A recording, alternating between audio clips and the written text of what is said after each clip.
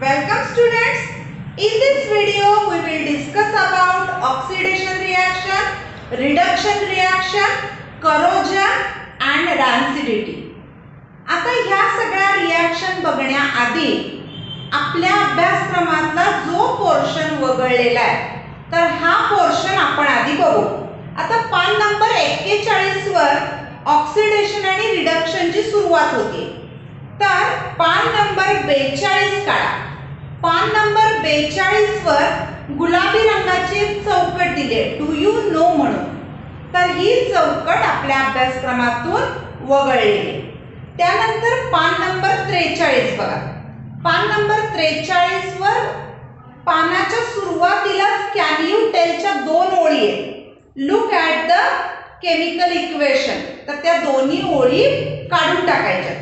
त्यानंतर त्याच पानावर पान नंबर 43 वर डू यू नो खालच्या बाजूला एक गुलाबी रंगाची चौकट दिली. तर ही चौकट सुद्धा अभ्यासक्रमातून काढून टाकलेली आहे. त्यानंतर पान नंबर 44 बघा. त्याच्यावर एकदम शेवटचा एक प्रश्न दिला फाइंड आउटला. तर तो पण प्रश्न काय दोन ओळीचा प्रश्न आहे तर तो काढून टाकायचा वगळलेला आहे. आता हा सगळा पोर्शन वगळलेला आहे. आता उरलेला जो पोर्शन आहे तर उरलेला सगळा पोर्शन आता आपण बघूया. सगळ्यात पहिल्यांदा ऑक्सिडेशन आणि रिडक्शन. पान नंबर 41 वर काही केमिकल रिएक्शन दिल्यात बघा. आपल्याला 4 वेगवेगळ्या केमिकल रिएक्शन दिल्यात. पहिली रिएक्शन यामध्ये +O2 दिसतोय, दुसऱ्या रिएक्शन मध्ये +O2 दिसतोय.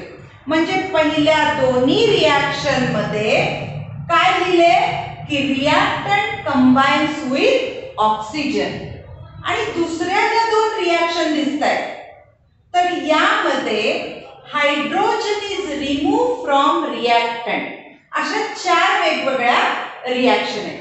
ह्या चारही रिएक्शन ज्या आहेत तर त्या ऑक्सिडेशन रिएक्शनची उदाहरणे. तुम्हाला यात काय कळते बघा. डेफिनेशन काय दिली आहे. कंबाइन्स विथ ऑक्सिजन म्हणजे रिएक्टंट कंबाइन विथ ऑक्सिजन. आणि इथं काय दिले hydrogen is remove from reactant. मग याच्यावरून ऑक्सिडेशन रिएक्शन त्याची डेफिनेशन काय होतीये तर the chemical reaction in which a reactant combines with oxygen or loses hydrogen to form product is called oxidation reaction. Oxidation ची डेफिनेशनच होती की ऑक्सिजनशी कॉम्बिनेशन करायचं किंवा हायड्रोजन रिमूव्ह करून टाकायचं. आता या प्रामुख्याने दोन महत्त्वाच्या रिएक्शन आपल्याला बघायचे. एक म्हणजे ऑक्सिडंट कुणाला म्हणतात किंवा त्याला दुसरा शब्द आहे ऑक्सिडायझिंग एजंट. आणि दुसरी आहे तर ती कॅथोड आणि एनोड वरची म्हणजे इलेक्ट्रॉन रिमूव्ह करणारी रिएक्शन आहे. आता पहिली रिएक्शन आपण आधी बघू. ऑक्सिडंट किंवा ऑक्सिडायझिंग एजंट. आता ऑक्सिडंट म्हणजे काय बघा. Chemical substances which bring about an oxidation reaction by making oxygen available are called oxidant or oxidizing agent. म्हणजे जे पदार्थ ऑक्सिजन अवेलेबल करून देतात तर त्यांना काय म्हटलं जातं ऑक्सिडंट म्हटलं जातं किंवा oxidizing agent.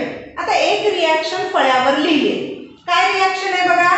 Ethyl alcohol CH3CH2OH आणि मधी जो ॲरो आहे तर या ॲरोवर वर आपण नेसेंट ऑक्सिजन लिहिलाय आणि खालच्या बाजूला पोटॅशियम डायक्रोमेट आणि H2SO4 आणि मग जे प्रोडक्ट तयार झाले ते ऍसिटिक ऍसिड. या रिएक्शन मध्ये ऑक्सिडंटची भूमिका कोण करतं तर acidic potassium dichromate. Potassium dichromate हा काय करतो तर इथाइल अल्कोहोलला ऑक्सिजन अवेलेबल करून देतो आणि त्यामुळं इथाइल अल्कोहोलचं रूपांतरण ऍसिटिक ऍसिड मध्ये होतं. म्हणून इथं पोटॅशियम डायक्रोमेटला ऑक्सिडायझिंग एजंट म्हटलं जातं. आता याच्यावरच आधारित तुम्हाला यूज युअर ब्रेन पॉवरला 2 प्रश्न विचारले. पहिला प्रश्न काय आहे बघा, which is the oxidant used for purification of drinking water? पिण्याचं पाणी शुद्ध करण्यासाठी कोणता ऑक्सिडंट वापरला जातो? आता हे तुम्हाला पण माहिती आहे की ऑक्सिडंट म्हणून क्लोरीनचा वापर केला जातो. तर मी इथं फक्त आन्सर लिहिले, तुम्ही क्वेश्चन आन्सर दोन्ही लिहायचे. ड्रिंकिंग वॉटरच्या प्युरिफिकेशनसाठी ऑक्सिडंट जो वापरलाय तर तो क्लोरीन आहे. सेकंड क्वेश्चन काय विचारलाय बघा, why is potassium permanganate use drinking cleaning water tank used during cleaning water tank? म्हणजे पाण्याच्या टाक्या स्वच्छ करण्यासाठी पोटॅशियम पर मॅग्नेटचा वापर का केला जातो? आता मोठ्या मोठ्या ज्या पाण्याच्या टाक्या असतात तर त्या स्वच्छ करण्यासाठी पोटॅशियम पर मॅग्नेटचा वापर करतात. मग इथं पोटॅशियम पर मॅग्नेटच का वापरतात?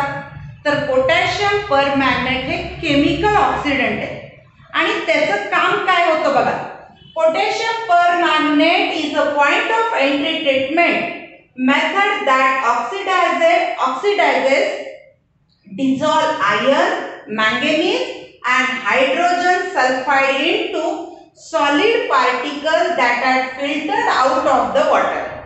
म्हणजे काय सांगितलंय की पोटॅशियम पर मॅग्नेट काय काम करतो? तर त्याला म्हटले पॉइंट ऑफ एंट्री ट्रीटमेंट, की हा काय करतो की ट्रीटमेंट, कसली ट्रीटमेंट देतो? तर जे विरघळलेले कण आहेत पाण्यामध्ये, कोणते कण? तर डिझॉल्व आयर्न, मॅंगनीज आणि हायड्रोजन सल्फाइड, ह्या सगळ्या कणांचं तो सॉलिड पार्टिकल मध्ये रूपांतर करतो की जे गाळून वेगळे केले जातात. आणखी काय? It can also be use to control iron bacteria growth in well. विहिरीमध्ये जी वाढ होती बॅक्टेरिया, आयर्न बॅक्टेरिया जे त्यांची जी वाढ आहे, तर ही वाढ रोखण्यासाठी सुद्धा पोटॅशियम पर मॅग्नेटचा वापर केला जातो. आता ही एक रिॲक्शन झाली ऑक्सिडेशन मध्ये. आणखी एक रिॲक्शन आपल्याला अभ्यासायची आहे आणि त्यामध्ये हा जो ऑक्सिडेशन रिॲक्शन आहे तर त्याची एक वेगळी डेफिनेशन पण आपण तिथं बघतोय. आधी आपल्याला हा पार्ट पूर्ण समजला का बघा. ह्यात काय बघितलं आपण की ऑक्सिडेशनची डेफिनेशन बघितली, ऑक्सिडायझिंग एजंट म्हणजे काय बघितलं, त्याचं उदाहरण बघितलं आणि यूज युअर ब्रेन पॉवरचे 2 क्वेश्चन बघितले. ऑक्सिडेशन मध्ये आणखी एक दुसरी रिॲक्शन आहे, त्याच्यावरून ऑक्सिडेशनची एक वेगळी डेफिनेशन आपल्याला कळते. काय बघा, ऑक्सिडेशन मीन्स लूजिंग वन और मोर इलेक्ट्रॉन. आधी आपण काय बघितलं होतं, ऑक्सिडेशन म्हणजे एक तर कंबाईन विथ ऑक्सिजन और लूजेस हायड्रोजन. आता दुसरा जो अर्थ आहे याचा तर हा काय आहे की लूजिंग वन और मोर इलेक्ट्रॉन. मग आता ही रिॲक्शन समजण्यासाठी आपण एक उदाहरण घेतले. उदाहरण बरंच मोठे. काय दिले बघा, तर KMnO4, FeSO4 आणि सल्फ्युरिक ऍसिड. आता यामध्ये KMnO4 हा ऑक्सिडायझिंग एजंट म्हणूनच काम करतो आणि इथं काय झालंय तर पोटॅशियम सल्फेट, मॅंगनीज सल्फेट आणि फेरस सल्फेट असे आपले प्रॉडक्ट आहेत. तर या रिॲक्शन मध्ये मुख्य बदल काय होतो तर FeSO4 is transferred into Fe2SO4. He reaction आपण इथे लिहिली बघा, फक्त तेवढंच की FeSO4 it gives out Fe2SO4 3. तर याच्यातली आयोनिक रिॲक्शन कशी लिहिता येते? आयोनिक रिॲक्शन म्हणजे आयनच्या रूपात आपण कसं लिहू शकतो, Fe2 plus SO4 2 minus it gives out Fe3 plus 3SO4 2 minus. म्हणजे इथं आपण ज्यावेळी इलेक्ट्रॉनचं ट्रान्सफॉर्मेशन बघतोय तर त्यावेळी नेट रिॲक्शन काय सांगता येते, Fe2+ is converted into Fe3+. याला म्हणतात ferrous ion. Ferrous is converted into ferric. म्हणजे तिथं काय झालं की पॉझिटिव्ह चार्ज एकाने वाढला, म्हणजे एक इलेक्ट्रॉन ट्रान्सफर झाला.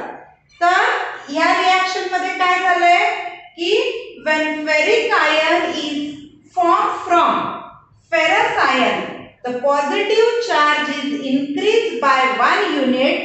While this happens, the ferrous ion loses 1 electron. एक इलेक्ट्रॉन घालवल्यामुळं किंवा गेल्यामुळं एक पॉझिटिव्ह आयन मध्ये चेंज झाला.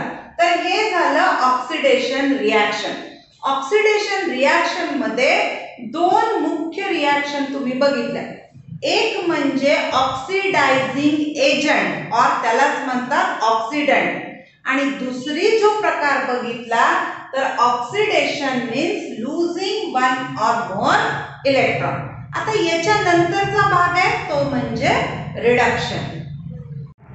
नेक्स्ट रिॲक्शनचा टाइप आहे तो म्हणजे रिडक्शन. रिडक्शन बरोबर ऑक्सिडेशनच्या विरुद्ध प्रोसेस आहे. आता यामध्ये काय बघा, the chemical reaction in which reactants gain hydrogen are called reduction. म्हणजे ज्यामध्ये हायड्रोजन मिळवला जातो त्या रिॲक्शनला काय म्हटलं जातं, रिडक्शन. किंवा ऑक्सिजन लूज करायचा. मग ती डेफिनेशन काय, the reaction in which reactant loses oxygen to form the product is also called reduction reaction. आता रिडक्शन मध्ये आपण एक उदाहरण बघूया आणि या उदाहरणावरनं रिडक्शन रिॲक्शन आपल्याला लक्षात येईल. काय एक्झाम्पल आहे बघा, when hydrogen gas is passed over black copper oxide, a reddish colored layer of copper is formed. म्हणजे इथं काय झालं की हायड्रोजन गॅस ज्यावेळी तुम्ही ब्लॅक कलरच्या कॉपर ऑक्साइड वरून पास केला त्यावेळी कॉपर रेडिश कलरचा कॉपर फॉर्म झाला. मग आता इथे काय रिॲक्शन झाली बघा, CuO म्हणजे कॉपर ऑक्साइड याच्या बरोबर हायड्रोजनची रिॲक्शन झाली. CuO मधला O काढून टाकला म्हणजे हायड्रोजन मुळे कॉपर ऑक्साइडचं रिडक्शन झालं. ऑक्सिजन लूज झाला आणि हायड्रोजनचं रिडक्शन म्हणजे हायड्रोजन मध्ये ऑक्सिजन मिळवला म्हणजे हायड्रोजनचं ऑक्सिडेशन झालं. In this reaction reduction of copper oxide and oxidation of hydrogen takes place. म्हणजे इथं ऑक्सिजन काढून टाकण्याची क्रिया म्हणजे रिडक्शन आणि ऑक्सिजन मिळवण्याची क्रिया म्हणजे ऑक्सिडेशन. दोन्ही क्रिया एका वेळी झाल्या म्हणून काय म्हणले की कॉपर ऑक्साइडचं रिडक्शन झालं आणि हायड्रोजनचं ऑक्सिडेशन झालं. मग आता हीच रिॲक्शन आहे रेडॉक्स रिॲक्शन. रेडॉक्स म्हणजे काय तर ज्यामध्ये ऑक्सिडेशन आणि रिडक्शन दोन्ही एकाच वेळी घडून येतात त्याला म्हटलं जातं redox reaction. Oxidation and reduction reaction occurs simultaneously, then it is called redox reaction. Redox मध्ये काय होतं बघा, the reductant is oxidized by oxidant and oxidant is reduced by reductant. Reductant is oxidized by oxidant. म्हणजे यामध्ये हा जो H2 आहे हा रिडक्टंट आहे, त्याचं ऑक्सिडेशन कुणामुळे झालं, कॉपर ऑक्साइड. म्हणजे कॉपर ऑक्साइड हा इथं ऑक्सिडंट आहे आणि याचं रिडक्शन झालं. आता ही झाली रेडॉक्स रिॲक्शन. आपण काय बघितलं, ऑक्सिडेशन, रिडक्शन आणि रेडॉक्स रिॲक्शन. पुढचा भाग आहे तो म्हणजे करोजन. आपला नेक्स्ट पॉइंट आहे करोजन. करोजन बघण्यापूर्वी एक ॲक्टिव्हिटी दिली आपल्याला की आपल्याला करोजन काय आहे हे समजावं म्हणून. इथं आपल्याला ॲक्टिव्हिटीमध्ये 4 वेगवेगळ्या टेस्ट ट्यूब घ्यायला सांगितल्यात आणि या 4 टेस्ट ट्यूबमध्ये काय काय घ्यायचं आहे बघा. तर पहिल्या टेस्ट ट्यूबमध्ये थोडंसं बॉइल्ड वॉटर आणि त्याच्यावर एक ऑइल लेअर टाकायचे. दुसऱ्यामध्ये सॉल्ट सोल्युशन टाकायचे. तिसऱ्यामध्ये काहीही टाकायचं नाही. आणि चौथ्यामध्ये अनहायड्रस कॅल्शियम क्लोराईड टाकायचे. आणि या 4ही टेस्ट ट्यूबमध्ये काय करायचे, एक लोखंडी खिळा ठेवायचा आहे. आणि अशाच या 4 टेस्ट ट्यूब काही दिवस ठेवायच्यात. आणि मग त्याच्यातले जे खिळे, तर याच्यावर होणारा परिणाम आपल्याला तपासायचा आहे. तर ह्या लोखंडी खिळ्यावर काय होतं, तर गंज चढतो. आणि यामध्ये सगळ्यात जास्त रॅपिड प्रोसेस कुठं होती, तर 2 नंबरचा जो सॉल्ट सोल्युशन आहे त्यामध्ये. मग या 4वरून आपल्याला करोजन प्रोसेस काय आहे तर ती बघायची. जी ॲक्टिव्हिटी आपण बघितली, तर ॲक्टिव्हिटीमध्ये लोखंडावर जो गंज चढला खिळ्यावर, तर हे आपण नेहमी बघतो की आपल्या बऱ्याचशा लोखंडी वस्तू ह्या गंजून खराब झालेल्या असतात.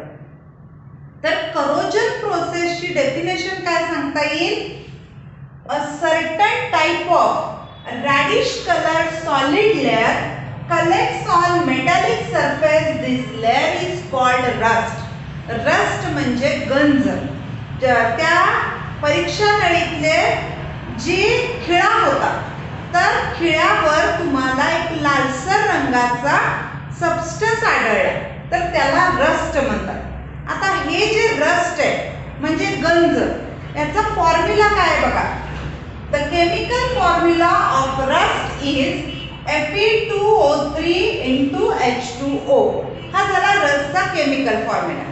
मग असं नाही की फक्त ऑक्सिजन सरफेसवरच्या त्या मेटल बरोबर रिॲक्ट होऊन रिॲक्शन होती, इतकी सोपी ही रिॲक्शन नाही. तर या रिॲक्शन मध्ये बऱ्याच प्रोसेस होत असतात. काय काय प्रोसेस होतात बघा. The rust on iron does not form by a simple reaction of oxygen with iron surface. म्हणजे इतकी साधी ही प्रोसेस नाही की फक्त लोखंडाचा सरफेस आहे आणि ऑक्सिजन आहे, या दोन्हीची रिॲक्शन होऊन गंज तयार होत नाही. तर ही रिॲक्शन म्हणजे काय, the rust is form by an electrochemical reaction. म्हणजे इलेक्ट्रॉनची देवाणघेवाण होऊन ही रिॲक्शन तयार होत असते. Different regions on different regions on the surface become anode and cathode. त्या आयर्न सरफेसवरचे वेगवेगळे रिजन हे एनोड आणि कॅथोड बनतात. आता बघा रिॲक्शन कशी दिली आहे. Fe is oxidized to Fe2+ in the anode region. म्हणजे एनोड वर होणारी रिॲक्शन कोणती आहे, तर Fe सॉलिड जो आहे त्याचं रूपांतर Fe2+ आयर्न मध्ये होतं सुरुवातीला. मग काय होतं, oxygen is reduced to form water in the cathode region. आता एनोड रिजनला काय झालं की आयर्नचं ऑक्सिडेशन झालं आणि कॅथोड रिजनला काय झालं की ऑक्सिजन हा रिड्यूस झाला, O2+4H आणि त्याचं पाणी तयार झालं. आणि मग काय होतं त्याच्या पुढची reaction, when Fe2+ ions migrate from the anode region, they react with water and further get oxidized to form Fe3. म्हणजे इथं एनोड रिजनला हा जो Fe2+ तयार झालाय हा मायग्रेट होतो, म्हणजे स्वतःची जागा सोडतो आणि तो इथं तयार झालेल्या या पाण्याबरोबर रिॲक्ट होतो. आणि मग या दोघांच्या रिॲक्शनचा परिणाम काय होतो, तर Fe3+ आयर्न तयार होतो. मग आता हीच प्रोसेस काय, Fe3+ आयर्न हाच काय आहे, तर यालाच रस्ट म्हटलं जातं. A reddish coloured hydrated oxide is formed from Fe3+ iron. It is called rust. हीच प्रोसेस आहे रस्ट. आणि मग ही पूर्ण प्रोसेस दिली. 2Fe3 plus H2O, it gives Fe2O3H2O, जो तुम्ही रसचा केमिकल फॉर्म्युला बघितला. म्हणजे गंजणं ही प्रोसेस फक्त ऑक्सिजनची त्या लोखंडी सरफेसवर रिॲक्शन होणं एवढी सोपी प्रोसेस नाही, तर ही इलेक्ट्रोकेमिकल प्रोसेस आहे. म्हणजे याच लोखंडावर एनोड रिजन, कॅथोड रिजन तयार होतात. एनोड रिजन वर काय होतं, तर Fe2+ आयन तयार होतो. कॅथोड रिजनला काय होतं, वॉटर तयार होतो. आणि हा Fe2+ आयन आणि पाणी या दोघांच्या अभिक्रिया होऊन Fe3+ आयन तयार होतात आणि ज्यालाच रस्ट म्हटलं जातं. आता ही जी रस्टिंग प्रोसेस आहे ती बऱ्याच ठिकाणी आपण बघतो. Due to various components of atmosphere, oxidation of metal takes place consequently resulting in their damage. This is called corrosion. Corrosion म्हणजे क्षरण प्रोसेस. हवेमध्ये जे बरेचसे घटक आहेत तर यामुळं मेटलची झीज होत असते, ऑक्सिडेशन घडून येतं आणि त्याला करोजन म्हणतात. आता बघा पूल गंजणं किंवा आणखी लोखंडाच्या बऱ्याचशा वस्तू गंजणं. जसं तुम्ही नवीन व्हेकल आणल्यावर बघता की ते एकदम शायनी सरफेस असतं, पण एकदम जुनी गाडी बघितली तर तिचा सरफेस डल असतो. का तर हवेमधल्या बऱ्याच घटकांमुळे मेटलचं ऑक्सिडेशन होतं. आता यानंतर आपल्या प्रकरणाचा छोटासा लास्ट पॉइंट राहिला, तो म्हणजे rancidity. The last point of chapter is rancidity. आता रॅन्सिडिटीचा अर्थ काय बघा. एखाद वेळी खूप दिवसाचे तळलेले पदार्थ आपण खाल्ले तर त्याची चव खराब लागते बघा आपल्याला. किंवा खूप दिवस जर वापरलेलं तेल नसेल आणि त्याच्यामध्ये पदार्थ तळले तर त्याला एक घाणेरडा असा वास येतो. तर याला म्हटलं जातं की तेलाचं रॅन्सिड झालं तेल. म्हणजे काय, तर या तेलाचं ऑक्सिडेशन झालं आणि त्यामुळं त्याला स्मेल फाऊल यायला लागला. मग आता रॅन्सिडिटीचा अर्थ काय बघा. When oil or ghee is left aside for a long time or fried food is left aside for a long time, it undergoes air oxidation and become rancid. म्हणजे खूप दिवस तेल किंवा तूप किंवा फ्राईड फूड, फ्राईड म्हणजे तळलेलं जे अन्न आहे तर ते खूप दिवस बाजूला राहिलं, खूप जास्त कालावधी, तर ते काय होतं, it undergoes air oxidation. Air oxidation झाल्यामुळं काय होतं, ते रॅन्सिड बनतं. मग आता हे रॅन्सिड कसं ते प्रिव्हेंट केलं जातं, तर पहिली method, it is prevented by using antioxidant. अँटीऑक्सिडंटचा वापर करून रॅन्सिडिटी रोखली जाते. किंवा तुम्ही बघितलंय की बरेचसे तुम्ही जे खाऊ आणता तर त्याची पॅकिंग जी असतात ती मोठी मोठी एअरटाईट पॅक असतात. म्हणजे एअरटाईट पॅकमध्ये ठेवल्यानंतर सुद्धा आपण ऑक्सिडेशन प्रोसेस थोडीशी लांबवू शकतो. The process of oxidation reaction of food stuff can be slowed down by storing it in airtight container. हवाबंद डब्यामध्ये असे पदार्थ जर साठवले तर काय होतं, याची रॅन्सिडिटी थोडा कालावधी जास्त म्हणजे होत नाहीत, लवकर रॅन्सिड पदार्थ होत नाही. आणि या पॉइंट बरोबरच आपलं हे प्रकरण पण संपले. आता आपण नेक्स्ट चॅप्टर नेक्स्ट व्हिडिओमध्ये बघूया. तोपर्यंत सर्वांना धन्यवाद.